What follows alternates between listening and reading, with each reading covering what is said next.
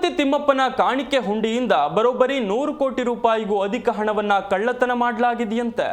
ಮಾಜಿ ಸಿಎಂ ಜಗನ್ಮೋಹನ್ ರೆಡ್ಡಿ ಸರ್ಕಾರದ ಅವಧಿ ಅಂದ್ರೆ 2019ರಿಂದ 2024ರಲ್ಲಿ ತಿರುಪತಿ ತಿಮ್ಮಪ್ಪನ ಡೊನೇಷನ್ ಬಾಕ್ಸ್ನಿಂದ 100 ಕೋಟಿ ರೂಪಾಯಿಗೂ ಅಧಿಕ ಹಣ ಕಳ್ಳತನ ಮಾಡಲಾಗಿದೆ ಎನ್ನುವ ಗಂಭೀರ ಆರೋಪವೊಂದು ಕೇಳಿಬಂದಿದೆ.